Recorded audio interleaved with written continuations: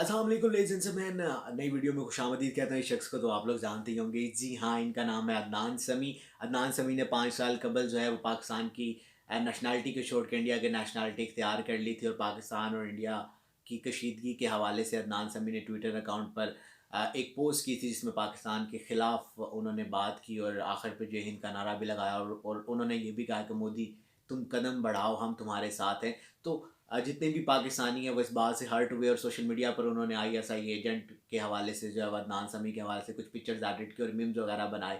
और अभी सूरत हाल ये है कि इंडिया के मुख्तलिफ इंटेलिजेंस एजेंसीज ने, इवन अखबारात ने और टेलीविज़न चैनल्स ने भी अदनान समी को जो है वो आईएसआई का एजेंट करार दे दिया गया है। और ये भी कहा है कि अदनान समी जो है वो खुफिया रिपोर्ट्स और खुफिया तमाम तर मामला जो है वो इंडिया के पाकिस्तान पहुँचाते हैं। सो इन तमाम बातों से साबित होता है कि अदनान समी जो है आईएसआई के एजेंट नहीं बल्कि एक आम इंसान है, एक सिंगर हैं, और इंडिया के जो है वो नेशनैलिटी होल्डर हैं।